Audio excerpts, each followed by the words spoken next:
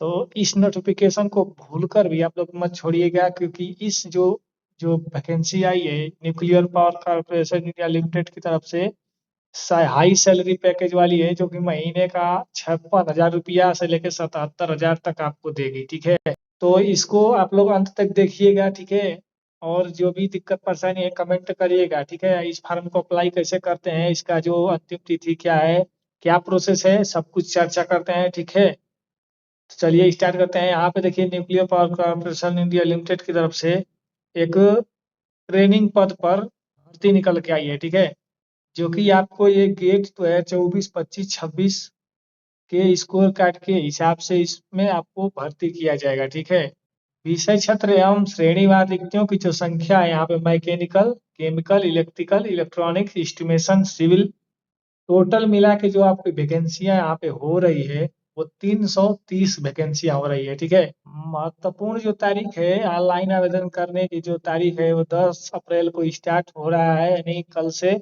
और ऑनलाइन आवेदन करने का अंतिम जो तिथि है 30 अप्रैल 2026 को खत्म हो जाएगा। यानी कि मान लीजिए अब 20 दिन का ही फार्म है, तो आप लोग इसको लेट मत करिएगा, फार्म को भर दीजिएगा। ठीक है, आवेदन शुल्क जो भुगतान करने का है वो 30/4/26 तक है। ठीक है, 500 रुपया लगेगा ओबीसी और जनरल के लिए 500 रुपया लगेगा। बाकी SC ST वालों के लिए जो विकलांग विकलांग है उनके लिए यहाँ पे छूट है, 0 रुपया लगेगा। ठीक है, क्या एलिजिबिलिटी रहना चाहिए, यानी कि आपका जो योग्यता क्या होना चाहिए। ठीक है, तो आपको योग्यता में BTech, BSc आपका होना चाहिए इंजीनियरिंग। ठीक है, 5 वर्षीय MTech भी होना चाहिए। न्यूनतम 60% अंक आपका होना चाहिए BTech में किसी भी विश्वविद्यालय या संस्था से। और दूसरा यहाँ पे चीज कंडीशन क्या दिया है कि जो आपका जो क्षेत्र है वह गेट 2024, गेट 2025 और गेट 2026 के स्कोर कार्ड पर इसका चयन होगा। ठीक है,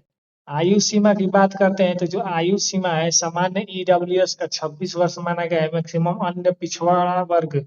ठीक है, तो यहाँ पे 29 वर्ष, अनुसूचित जनजाति के लिए 31 वर्ष, और बाकी जो निर्धारित शारीरिक रूप से निःशक्त व्यक्ति जो है जो मतलब 40% विकलांग व्यक्ति आते हैं उन लोगों के लिए 36 वर्ष, 39 वर्ष और 41 वर्ष ऐसे करके आयु में छूट दी गई है। ठीक है, इसमें कोई एग्जाम नहीं है।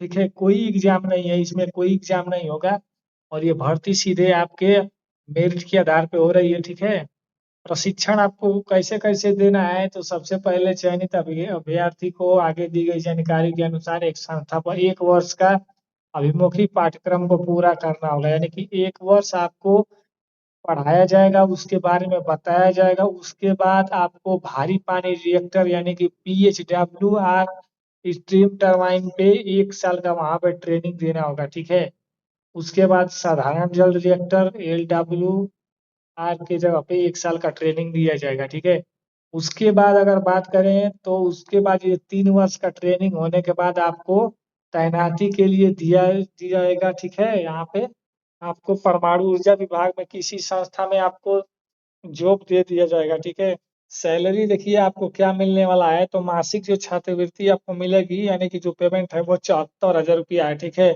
पुस्तक भत्ता आपको 30,000 उसमें मिलेगा। ठीक है, अनिवार्य आवास से भोजन व NPCIL द्वारा ही सब कुछ दिया जाएगा, खाने पीना रहने का व्यवस्था NPCIL के द्वारा ही दिया जाएगा। ठीक है, जो वैज्ञानिक रूप से आधिकारिक रूप से जो है उन लोगों की जो सैलरी आपकी होने वाली है वो 56,000 रुपया होने वाली है मासिक। ठीक है, तो जो वैज्ञानिक उसमें सहायक पद पर जो भर्ती आई है उसका जो पेमेंट है 56,000 रुपया है। ठीक है, तो ये जो भर्ती है इसको भरने बहुत जरूरी है। अगर आपका मेरिट में सिलेक्शन हो जाता है तो जो आपका साक्षात्कार है यानी कि इंटरव्यू 8 जून से 19 जून तक आपका होगा। ठीक है, इसमें जो साक्षात्कार है मुंबई, महाराष्ट्र, नरोना परमाणु विद्युत केंद्र, उत्तर प्रदेश, मद्रास परमाणु विद्युत केंद्र, तमिलनाडु, यानी कि देश के विभिन्न परमाणु ऊर्जा केंद्रों पर इंटरव्यू होगा। ठीक है, सबसे बड़ी चीज की जो आप इंटरव्यू देने जाएंगे तो आपके पास क्या क्या डॉक्यूमेंट होना चाहिए। ठीक है, तो सबसे पहला जो है जन्म तिथि यानी कि DO, B प्रमाण पत्र, जैसे 10वीं में आपका जो जन्म तिथि है वही आपका होना चाहिए। ठीक है, स्कूल छोड़ने का प्रमाण पत्र आपका होना चाहिए। उसके बाद जो यहाँ पे देखिए आधार परिणाम की तारीख दर्शाने वाला अंक पत्र होना चाहिए, यानी कि जो मेरिट में आपका नाम आएगा उसका अंतिम डिग्री प्रमाण पत्र, अंतिम उत्तीर्ण प्रमाण पत्र, ठीक है। उसके बाद सीजीपीए, जीपीए आपका ग्रेड जो अपन परसेंटेज लाए हैं किसी भी विश्वविद्यालय से, आपका परसेंटेज होना चाहिए, ठीक है। फिर आपके पास आनपत्ति प्रमाण पत्र होना चाहिए, ठीक है, केंद्रीय राज्य सरकार किसी भी क्षेत्र से।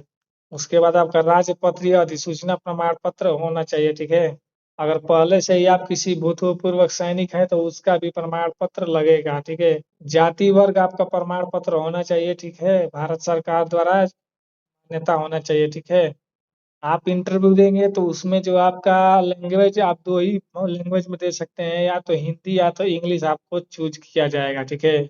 चिकित्सा स्वास्थ्य भी रहेगा, ठीक है। आवेदन पर अंतिम रूप चयनित अभ्यर्थी को अनुशासित रूप से दिया जाएगा आपको ट्रेनिंग, ठीक है। आवेदन कैसे करें तो यहाँ पे देखिए, गेट 2024, 25, 26 जैसा भी मामला हो, प्रवेश पत्र पंजीकरण संख्या को NPCIL आवेदन हेतु प्रयोग किया जाना होगा, ठीक है। उसके बाद आपको आवेदन करना होगा। आवेदन करने के लिए आपको NPCIL के कैरियर पर जाना होगा, वहाँ पे आप लोग अपना फॉर्म को आवेदन कर सकते हैं, ठीक है। तो ये रहा मेरी पूरी जानकारी। वीडियो को अच्छा लगे तो लाइक कर दीजिएगा और चैनल को सब्सक्राइब कर दीजिएगा और अपने दोस्तों को शेयर कर दीजिएगा, ठीक है।